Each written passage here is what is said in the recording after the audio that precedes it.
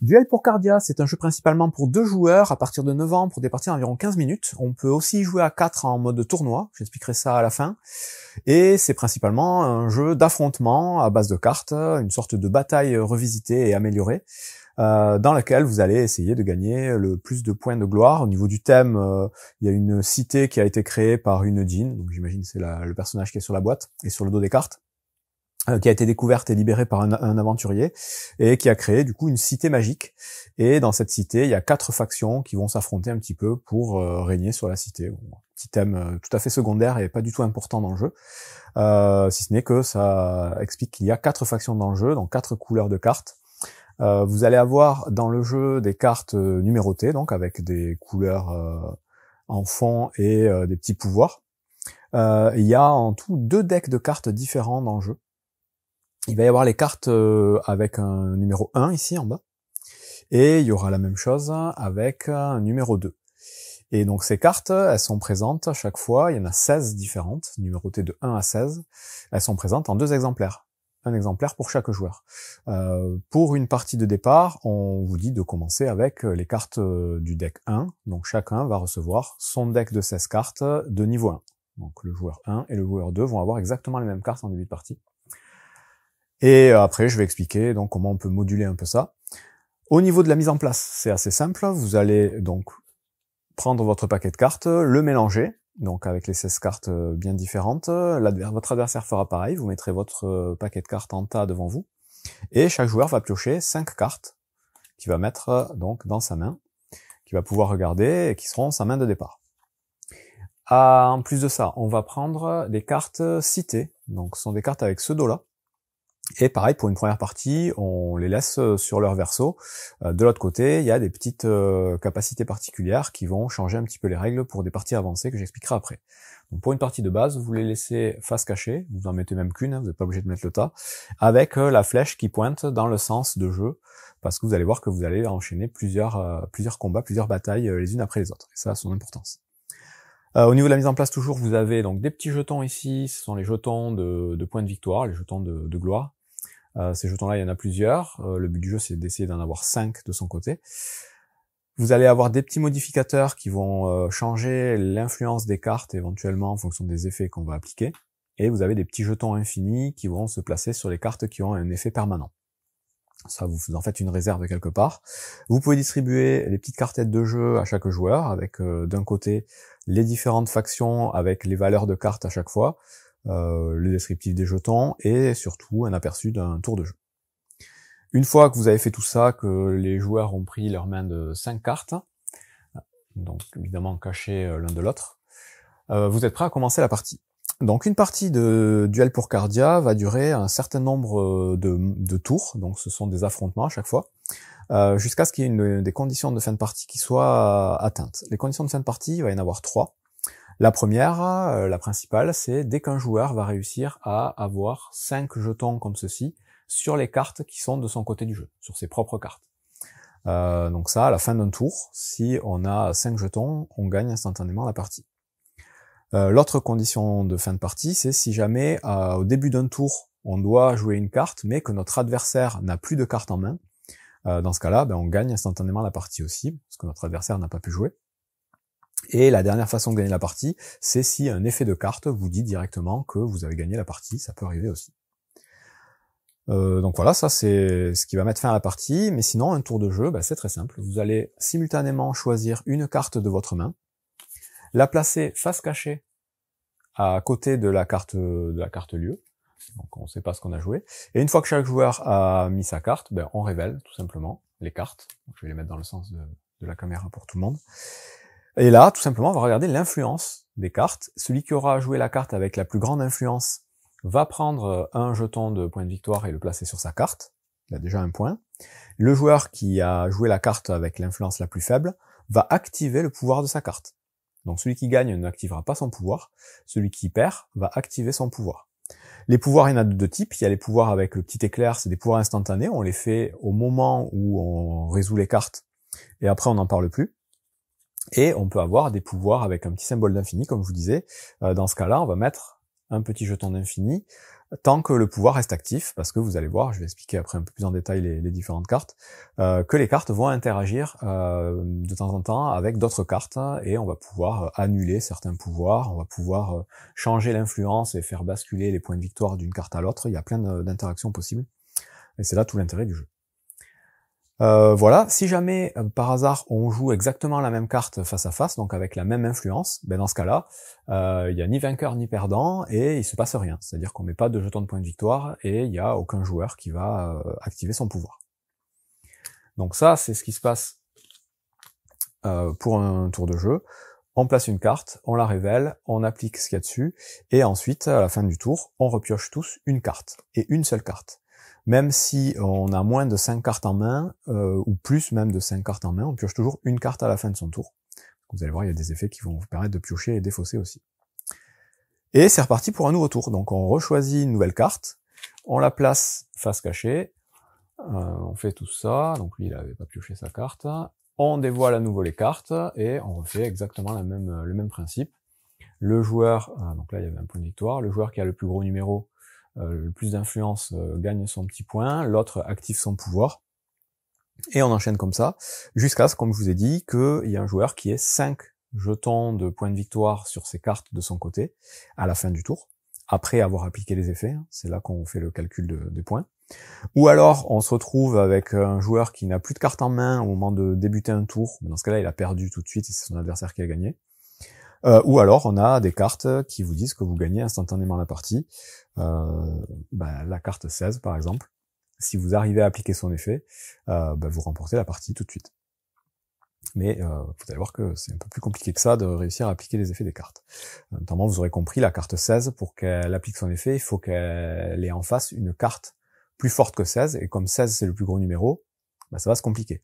Mais vous allez voir, je vais vous passer en revue les différents effets, que vous allez pouvoir modifier les influences des cartes, qu'il y a des cartes qui vont vous permettre de réactiver des effets de cartes jouées précédemment, tout un tas de choses. Ce qu'il faut bien garder en tête, c'est que les effets des cartes, ils ne s'appliquent par défaut qu'au moment où on fait la rencontre. Si jamais plus tard une carte fait, admettons qu'il y avait une égalité ici, et une carte fait que on rajoute un petit point d'influence sur une carte, dans ce cas-là, on attribue le petit point de victoire à la carte qui a modifié son influence en positif, mais on n'applique pas l'effet de la carte qui a perdu. Les effets des cartes, elles ne s'appliquent que au moment où la bataille est résolue, pas dans les batailles qui ont été faites précédemment. Donc voilà, ça c'est à prendre en compte pour tout le reste du jeu. Donc là, ce que je vais faire, c'est que je vais vous passer en revue rapidement toutes les cartes du deck 1, donc les cartes pour une partie d'initiation. Je vous montrerai les différences avec les cartes du deck 2, donc c'est exactement la même chose, la même répartition de cartes avec les mêmes couleurs, mais les pouvoirs sont tous différents. Et ça change beaucoup le feeling des parties. Le deck 2 est un peu plus compliqué à jouer que le deck 1, et je vous explique après ce principe de difficulté avec notamment les cartes villes qui peuvent entrer en jeu. La carte 1 du deck 1, c'est l'assassin. On vous dit que si jamais vous activez son pouvoir, il y a de fortes chances que vous le fassiez puisque c'est la carte de plus petite valeur, vous défaussez la carte opposée et la carte en question. Donc en fait, vous annulez le combat, personne ne marque de points et les deux cartes sont défaussées. Ça, j'ai pas précisé, mais les cartes qui sont défaussées, elles sont mises de côté. Sorties du jeu, les défausses sont consultables par les deux joueurs pour savoir quelles cartes ne sont plus en jeu. Et on ne remélange jamais sa pioche, donc dès qu'on n'a plus de cartes dans sa pioche, on pioche plus. Ça veut pas dire qu'on a perdu, on continue à jouer avec les cartes qu'on a en main, et on perd par contre si jamais on n'a plus de cartes en main et qu'il faut continuer à jouer, et que notre joueur n'a pas déjà gagné la partie. Donc voilà, ici on défausse les cartes, chacun dans sa défausse personnelle, et c'est terminé pour ce tour. La carte numéro 2, son pouvoir, elle vous dit de retirer tous les modificateurs et les jetons persistants d'une carte de votre choix. Donc les jetons persistants, ce sont les jetons qui vont s'appliquer sur les cartes infinies. Si vous retirez le jeton, le pouvoir ne s'applique plus. Et donc on interagit en conséquence, on corrige un peu ce qu'il faut corriger.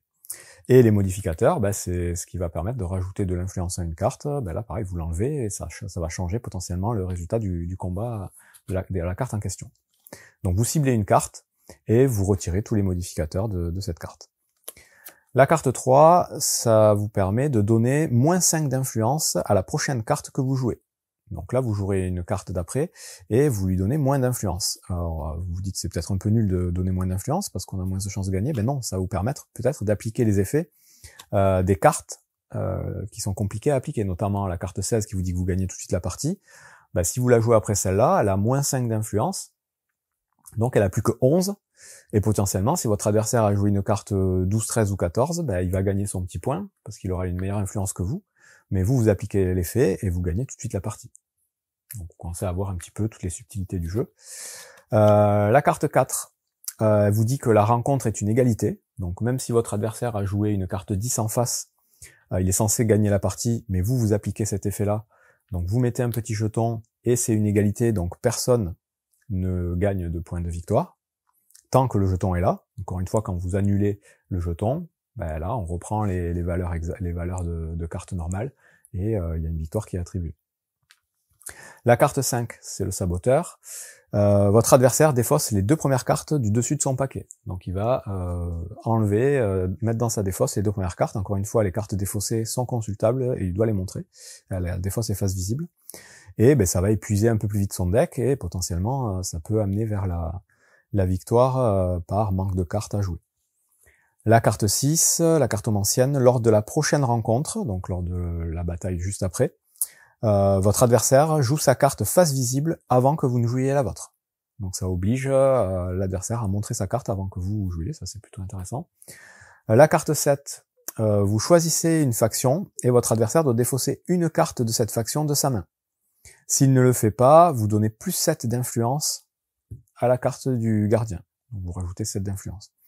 Donc vous avez compris, hein, vous donnez une faction, c'est une couleur de carte. Le juge, si vous il vous dit que vous remportez toutes les rencontres qui sont des égalités, que ce soit les rencontres qui sont déjà passées ou les prochaines, et c'est un pouvoir permanent. Donc tant qu'il y a ce jeton-là, toutes les égalités sont remportées par vous. Mais par contre, oui, vous remportez les égalités, mais vous ne déclenchez pas les capacités des cartes en face. C'est précisé au cas où. La carte de valeur 9, le tracker, vous choisissez une faction et votre adversaire défausse toutes les cartes de cette faction qu'il a dans sa main. Voilà, tout simple. La 10, le marionnettiste, vous défaussez la carte opposée. Donc là, admettons, on a joué comme ça. On a joué comme ça. Donc c'est la carte 15 qui est censée gagner puisqu'elle est plus forte. Dans ce cas-là, vous déclenchez votre pouvoir. Vous défaussez la carte opposée, donc elle n'a pas encore gagné, et vous la remplacez par une carte prise au hasard dans la main de votre adversaire. Et sa capacité ne se déclenchera pas. Donc ça vous permet peut-être de gagner la manche si jamais vous piochez une carte plus faible. L'horlogère, vous donnez +3 d'influence à votre carte de la rencontre précédente, ainsi qu'à la prochaine carte que vous jouez. Donc là, vous rajoutez +3 d'influence à la carte qu'il y avait juste avant, et vous allez mettre +3 d'influence à la carte que vous allez jouer juste après. Et encore une fois, ben, ça peut changer l'issue des batailles. Le trésorier, la carte qui a remporté la rencontre précédente vaut un saut supplémentaire. Donc si jamais avant c'est vous qui avez remporté la bataille, vous aviez un point de victoire, donc ça s'appelle les sauts dans le jeu, ben là vous en rajoutez un second. C'est pas mal aussi. Le gardien du marais, vous reprenez dans votre main une de vos autres cartes jouées et défaussez la carte qui lui est opposée. Donc là, vous reprenez une carte que vous avez déjà jouée et vous enlevez la carte qui est en face. Vous avez compris que plus les numéros étaient importants, plus la capacité va être difficile à déclencher, donc plus les pouvoirs sont forts. Le magistrat, vous copiez et activez la capacité instantanée d'une de vos autres cartes jouées dont l'influence est supérieure ou égale à celle du magistrat. Donc là, vous prenez, si vous avez joué par exemple cette carte ici, qui vous dit de donner de l'influence, ben vous copiez cette capacité pour le magistrat. Et la carte 15, du coup, l'inventrice, vous donnez +3 d'influence à une carte de votre choix et -3 d'influence à une autre carte de votre choix. Vous faites un +3, -3 sur les cartes que vous voulez. Évidemment, des cartes déjà jouées, hein. Tous les pouvoirs qu'on applique, c'est uniquement sur les cartes qui sont en jeu. On ne peut jamais appliquer des pouvoirs sur les cartes qu'on a dans sa main. Et enfin, donc la djinn, c'est ce que je vous ai dit, vous gagnez instantanément la partie si vous arrivez à appliquer son pouvoir. Donc voilà, ça ce sont toutes les cartes du deck 1, vous avez exactement les mêmes, et en fonction de l'ordre dans lequel vous allez les piocher, et de ce que vont jouer les joueurs, ben, il va falloir essayer d'optimiser ça au mieux pour remporter la partie. Je vais vous présenter maintenant tout de suite les cartes du deck 2, que vous voyez les différences. Donc dans le deck 2, on a l'empoisonneur en 1, il vous dit de réduire l'influence de la carte opposée jusqu'à obtenir une égalité pour cette rencontre. Donc si en face, le joueur avait joué un 6, bon, vous avez déclenché votre capacité, ben, vous lui mettez un -5 dessus pour qu'il y ait une égalité, donc il y a un partout, donc il n'y a pas de jeton de pouvoir attribué. Le télékinésiste, il vous dit de déplacer tous les modificateurs et jetons persistants d'une de vos cartes vers une autre de vos cartes. Vous déplacez les jetons de persistants, donc c'est les jetons de pouvoir permanents, et les petits points d'influence d'une carte vers une autre. L'émissaire, donnez -3 d'influence à une carte de votre choix ou à la prochaine carte que vous jouez. Donc soit vous mettez -3 sur n'importe quelle carte déjà en jeu, soit la prochaine carte que vous jouez aura -3. Le collecteur d'impôts, vous donnez +4 d'influence à cette carte. Donc lui, hop, il prendrait déjà directement +4 et il aurait 8 d'influence s'il s'active. Le révolutionnaire, votre adversaire défausse 2 cartes de sa main, puis pioche 2 cartes. Donc vous obligez à accélérer un petit peu la pioche des cartes. La bibliothécaire, donnez à la prochaine carte que vous jouez +2 ou -2 d'influence après l'avoir révélée. Donc vous révélez les 2 cartes, et là vous décidez si vous voulez rajouter ou soustraire de l'influence. Et ensuite vous voyez qui gagne et qui applique son effet. Le prodige, vous donnez +3 d'influence à l'une de vos cartes dont l'influence est de 8 ou moins. Voilà. L'aristocrate, si cette carte remporte sa rencontre, elle vaut un saut supplémentaire. Donc, si vous gagnez avec lui, vous prenez 2 sauts. Donc évidemment, comme le pouvoir doit s'appliquer au moment où vous la jouez, vous n'avez pas encore remporté la rencontre. Par contre, si par un effet quelconque d'autres cartes, vous arrivez à faire en sorte que cette carte gagne la rencontre, vous mettrez directement 2 sauts dessus. Donc c'est un peu subtil à jouer. La maître chanteuse. Choisissez une faction. Lors de la prochaine rencontre, si la carte révélée par votre adversaire n'est pas de cette faction, il défausse 2 cartes de sa main. Donc là, vous allez imposer, entre guillemets, une couleur de carte à votre adversaire pour le prochain tour. Et s'il met pas cette couleur de carte, il devra défausser 2 cartes de sa main. L'illusionniste, activez la capacité d'une de vos cartes qui perd sa rencontre. Donc là, vous allez regarder les cartes précédemment jouées. Une carte qui n'a pas gagné sa rencontre, vous allez activer sa capacité quand même. Donc là, ça peut être intéressant, notamment si vous avez joué une carte qui vous fait gagner, notamment la carte 15 qu'on verra après, vous allez pouvoir gagner instantanément la partie. L'ingénieur, donnez +5 à la prochaine carte que vous jouez après le déclenchement des capacités. Donc vous regardez d'abord qui gagne et qui déclenche sa capacité, et ensuite vous rajoutez +5 à la carte, et vous pouvez éventuellement faire basculer le jeton. La conseillère, lors de la rencontre précédente, votre carte est gagnante, et celle de votre adversaire est perdante. Donc là, vous changez éventuellement l'ordre des cartes de la bataille précédente. Le roi sorcier, choisissez une faction, votre adversaire défausse toutes les cartes de sa main de cette faction, et de son paquet. Donc vous choisissez par exemple la faction jaune, l'académie. Toutes les cartes jaunes que l'adversaire aura en main, il les met en défausse, et ensuite il va regarder dans son paquet de cartes les autres cartes jaunes qu'il a, il les sort aussi du jeu, et il remélangera son paquet. Ça lui annule toute une faction. L'élémentaire, défaussez une carte de votre main ayant une capacité instantanée, copiez et activez cette capacité, puis piochez une carte. Donc là, ça va vous permettre d'activer directement une capacité instantanée, donc c'est une capacité avec un éclair, directement de votre main. La carte 15, vous gagnez la rencontre. Si vous gagnez la rencontre suivante, vous remportez la partie. Donc là, voilà, ça peut créer un petit stress. Et enfin, la carte 16, l'héritier, votre adversaire défausse la totalité de son paquet et toutes les cartes qu'il a en main, sauf 2. Donc là, ça met l'adversaire en difficulté. Il ne reste plus que 2 cartes pour réussir à gagner la partie. Voilà, on a fait le tour de toutes les cartes, donc vous voyez un petit peu tout ce qui va être possible de faire et toute la richesse du jeu. Donc très clairement, les pouvoirs ont été plutôt bien étudiés, je pense, pour créer un maximum d'interaction et un maximum de suspense à chaque partie. Donc c'est assez malin à ce niveau-là. Donc après avoir fait une partie d'initiation avec les cartes du deck 1, vous pouvez donc commencer à faire des parties un peu plus complexes en ajoutant de la difficulté. Donc on vous dit que les cartes du deck 1 c'est difficulté 0. Les cartes du deck 2, c'est difficulté 1. Et ensuite, vous pouvez rajouter les petites cartes villes qui ont un niveau de difficulté indiqué en haut. Donc un crâne, c'est un niveau de difficulté. Donc celle-là, c'est difficulté 1, par exemple, le temple du serpent. Le bazar aussi.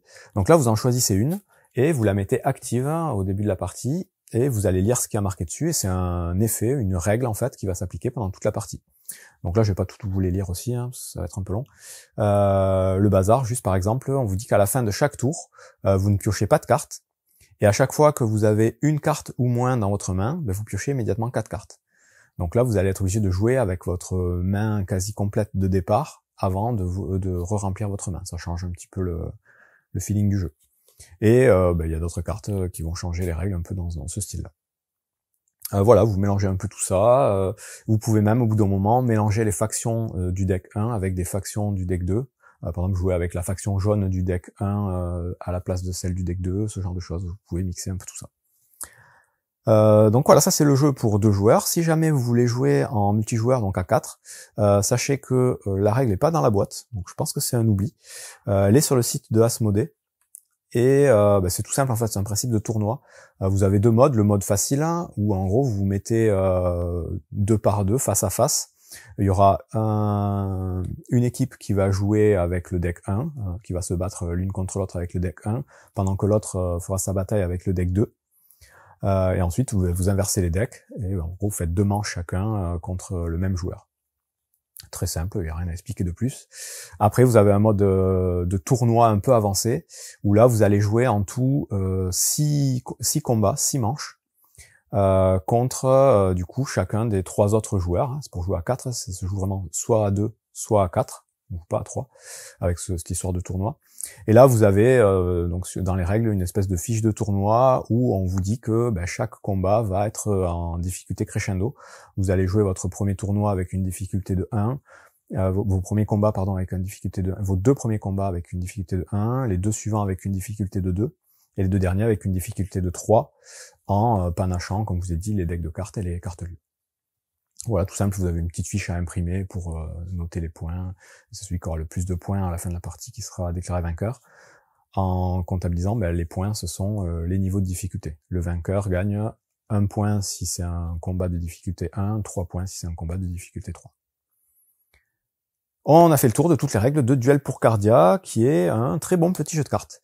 Donc un jeu de cartes avec tout ce que ça implique d'aléatoire et de hasard, mais pas mal de tactiques, et comme je vous disais tout à l'heure, des pouvoirs vraiment intéressants, qui créent beaucoup d'interactions et pas mal de suspense, des retournements de situation dans tous les sens. Donc c'est sympathique, ça se joue très vite, je vous dis 15 minutes la partie, c'est tout à fait exact, peut-être même moins des fois. Et si vous aimez les jeux un peu de cartes tactiques, les cartes duel, un peu dans le principe d'un mind game pour ceux qui connaissent, ça fait tout à fait le job. Bon jeu.